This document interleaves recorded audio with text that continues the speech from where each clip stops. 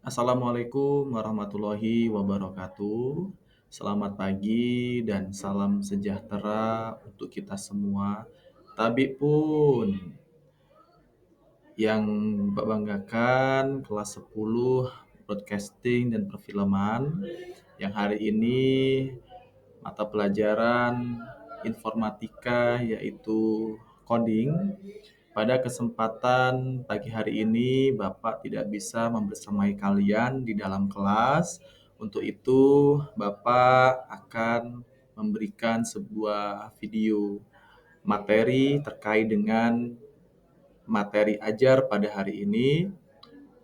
Kita akan ketemu lagi pada hari yang akan datang, yaitu minggu depan di kegiatan penilaian tengah semester yang insya Allah akan kita laksanakan di tanggal 22 September 2025 yang nantinya untuk PTS atau sumatif tengah semester yang akan dipelajari oleh kalian yaitu terkait dengan pemecahan masalah yang sudah kita pelajari pada minggu yang lalu dan terdapat satu soal yang berkaitan dengan diagram alur.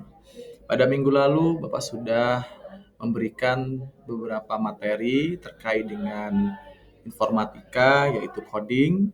Materinya adalah diagram alur yang akan Bapak jelaskan melalui video ini yang Bapak kirimkan melalui grup. Silahkan kalian dengarkan dengan baik, cermati dengan baik, dan silahkan catat materi-materi yang telah Bapak berikan, Bapak jelaskan melalui video tersebut. Yang pertama adalah terkait dengan diagram alur. Pada minggu lalu kita sudah belajar terkait dengan diagram alur. Apa sih yang dimaksud dengan diagram alur? Kita akan kupas kembali. Bapak akan menjelaskan kembali. Silakan dipahami dan dicatat dari beberapa materi yang telah Bapak sampaikan. Yang pertama adalah terkait dengan diagram alur. Anak sekalian, diagram alur atau yang disebut dengan flowchart adalah representasi visual dari proses atau algoritma yang berfungsi mempermudah, memahami, merancang, dan mengomunikasikan solusi atau suatu permasalahan dengan menggambarkan sebuah urutan langkah atau proses pada suatu sistem ataupun program. Nah, terus simbol diagram alur sudah kalian catat bukan? Bahwasanya ada 14 simbol diagram alur yang berbeda bentuknya. Ada 14 simbol diagram alur. Ya, kemarin pada minggu lalu kalian sudah mencatat dan sudah menulis di buku informatika kalian terkait dengan simbol diagram alur. Bapak tidak akan menjelaskan, tapi Bapak akan menjelaskan di next slide ini ya. Contoh penggunaannya sudah juga kalian menulis, sudah kalian gambar, bahwasannya untuk keterangan-keterangan yang ada di dalam simbol itu namanya algoritma. Baik star, masukkan alas, masukkan tinggi, luas, baik yang gambar A maupun gambar yang B, itu di dalam simbol itu namanya algoritma. Dan yang bentuk-bentuk yang berbeda ada jajar genjang, ada persegi 4, itu namanya adalah simbol penggunaan dalam diagram alur. Nah, selanjutnya adalah bahwasannya diagram alur itu memiliki beberapa struktur. Yang pertama adalah runtutan atau bertahap atau sequence. Adalah struktur diagram alur yang tiap langkah pelaksanaannya dikerjakan secara urut dari awal hingga akhir. Nah, ini contoh penggunaannya ada mulai atau start, terus ada instruksi 1, 2, 3, dan sampai dengan selesai. Bahwasanya ini memiliki makna yang berbeda. Struktur yang kedua, ini adalah gambar yang menunjukkan ini ya, gambar dari runtutan atau tahapan ya. Ini penjelasannya bahwa gambar tersebut menunjukkan diagram alur algoritma pada tahap program menghitung luas lingkaran dengan 3 langkah sebaik berikut. Yang pertama adalah langkah atau instruksi yang pertama, yaitu membaca data dari panjang jari-jari lingkaran. Nah, ini ya, bisa kita lihat bersama nih. Instruksi yang pertama, yaitu membaca data dari panjang jari-jari lingkaran. Ini membaca. membaca instruksi. Terus yang kedua adalah yaitu menghitung dari luas lingkaran. Instruksi yang kedua menghitung dari luas lingkaran. Sedangkan instruksi yang ketiga itu yaitu mencetak luas pada layar. Nah, langkah kedua tidak dapat dilakukan sebelum langkah pertama diselesaikan, begitu pula langkah ketiga tidak dapat dilakukan sebelum langkah kedua selesai. Nah, selanjutnya adalah struktur diagram alur. Struktur diagram alur yang kedua adalah bersyarat. Maksudnya gimana, Pak? Nah, untuk struktur yang kedua ini, pada algoritma tidak semua baris instruksi dapat dieksekusi dengan cara berurutan. Terdapat kondisi tertentu ketika proses harus dilewati untuk melanjutkan ke proses lainnya. Kondisi adalah syarat yang ditetapkan dan dievaluasi sebagai benar atau salah, sedangkan aksi adalah tindakan yang diambil jika kondisi tersebut dianggap benar. Nah, terus ada pemecahan atau jenis-jenis struktur diagram alur, yaitu yang bersyarat atau kondisional. Yang pertama adalah percabangan satu kasus atau if then. Pada percabangan ini, aksi akan dilakukan pada kondisi bernilai benar. Jika kondisi tersebut bernilai salah, maka tidak ada tindakan yang akan dilakukan. Sebagai contoh begini, lampu ruangan otomatis jika ada orang, lampu akan menyala. Namun, jika tidak ada orang, lampu akan mati atau proses selesai. Sintaks if, kondisi then, aksi and if. Nah, ini adalah contoh dari percabangan satu kasus atau if then. Begini cara penggunaannya. Nah, ini adalah contoh penggunaan dari percabangan satu kasus. Dia menggunakan sintaksnya adalah if dan then. Nah, ini ya. Nah, kondisi ini memiliki simbol yang berbeda. Kalau yang layang-layang ini simbolnya adalah simbol keputusan, ya atau tidak, ya. Nah, jadi kalau layang-layang ini simbolnya adalah simbol keputusan ya atau tidak. Nah, sedangkan untuk eh, simbol yang berbentuknya persegi panjang atau persegi empat itu adalah prosesnya, proses yang dilalui dalam penggunaan simbol atau algoritma yang terdapat dalam penggunaannya. Nah, untuk selanjutnya adalah struktur yang kedua, jenis struktur yang kedua yaitu percabangan dua kasus. Tadi satu kasus, ini dua kasus atau if then else.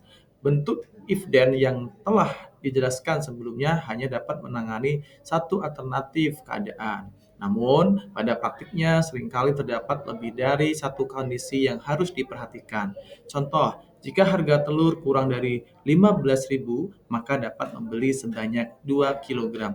Namun, jika harga telur lebih dari 15.000, maka hanya dapat membeli 1 kilogram. Nah, sintaksnya apa? Sintaksnya adalah if, kondisi, then, aksi pertama, else, aksi kedua. Nah, baru end if atau selesai. Begini cara membuat algoritmanya dan simbol diagram alurnya. Nah, ya. Begini anakku sekalian ya, sudah jelas ya.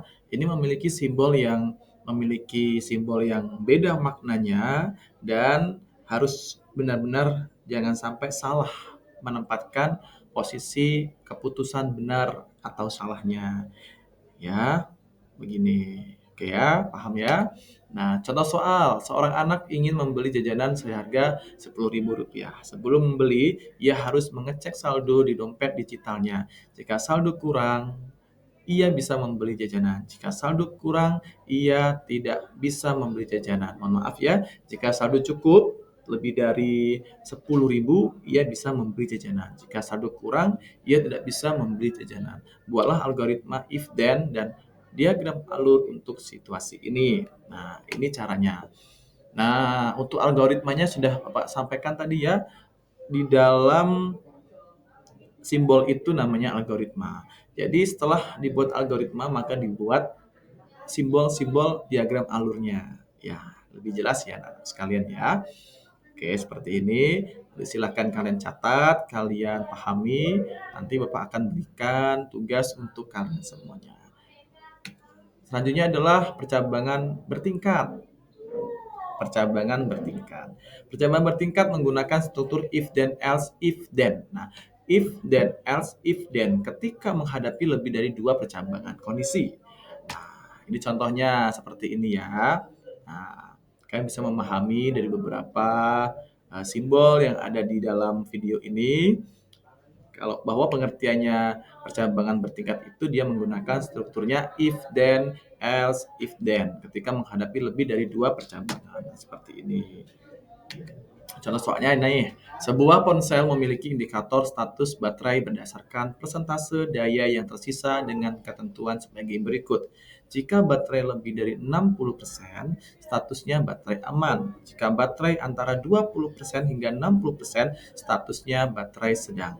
Jika baterai kurang dari 20%, statusnya baterai lemah. Harap isi daya. Buatlah algoritma dan diagram alur untuk menentukan status baterai ponsel tersebut.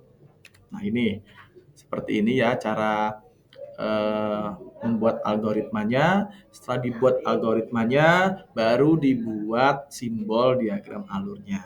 Yang pertama mulai, yang kedua masukkan persentase baterai ponsel. Jika baterai lebih dari 60%, maka tampilkan baterai aman. Jika baterai antara 20% hingga 60%, maka tampilkan baterai sedang. Jika baterai kurang 20%, maka tampilkan baterai lemah, harap isi daya. Selesai. Nah, setelah itu baru dibuat yang namanya simbol diagram alurnya. Seperti itu ya anak-anak sekalian ya. Silakan dipahami, silakan ditulis agar kalian memahami dan bisa menjawab pertanyaan Bapak nanti. Nah, ini simbol-simbol algoritmanya. Nah, itulah penjelasan dari Bapak terkait dengan diagram alur. Untuk itu, Bapak akan memberikan sebuah pertanyaan, bukan sebuah pertanyaan ya, beberapa pertanyaan yang nantinya kalian jawab di buku codingnya masing-masing. Yang pertama, kita kembali ke contoh soal. Nah, ini ya anak-anak sekalian ya. Seorang anak, ini contoh soal ini Bapak rubah itu hanya nominalnya saja sama keterangannya. Silakan kalian jawab. Untuk soal yang pertama. Soal yang pertama, seorang anak ingin membeli motor listrik seharga 150 juta. Seharga 150 juta ribu rupiah. Sebelum membeli, ia harus mengecek saldo di dompet digitalnya. Jika saldo cukup lebih dari 150 juta ribu rupiah, ia bisa membeli jajanan.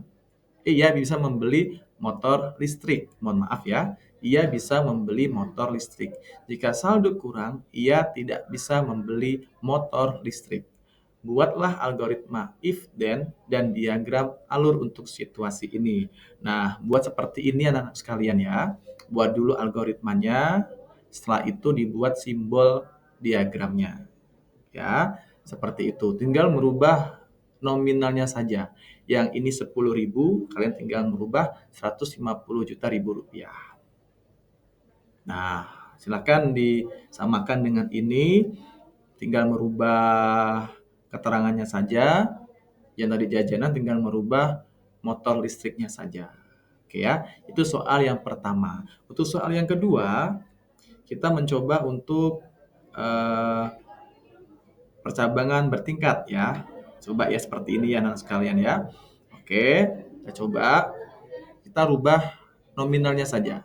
Kita rubah angka-angkanya saja ya. Sebuah laptop ya. Sebuah laptop memiliki indikator status baterai berdasarkan persentase daya yang tersisa dengan ketentuan sebagai berikut. Jika baterai lebih dari 70%, statusnya baterai aman.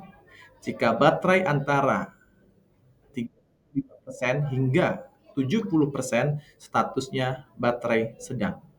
Jika baterai kurang dari 35%, statusnya baterai lemah. Harap isi daya. Buatlah algoritma dan diagram alur untuk menentukan status baterai ponsel tersebut. Nah, seperti ini ya anak sekalian ya, dijawab seperti ini ya. Silakan kalian jawab seperti ini, dibuat dulu algoritmanya. Dari mulai masukkan persentase baterai ponsel sampai dengan ke-6 algoritma itu, tinggal merubah aja angka-angkanya dan dibuat simbol diagram alur seperti itu, tinggal merubah aja keterangan dan angka-angkanya. Itu saja tugas dari Bapak, dan nanti bukunya dikumpulkan di meja Bapak, atau Bapak akan koreksi pada minggu yang akan datang setelah penilaian tengah semester. Selamat untuk mencoba hal baru, kerjakan dengan sebaik-baiknya. Bapak akhiri. Assalamualaikum warahmatullahi wabarakatuh.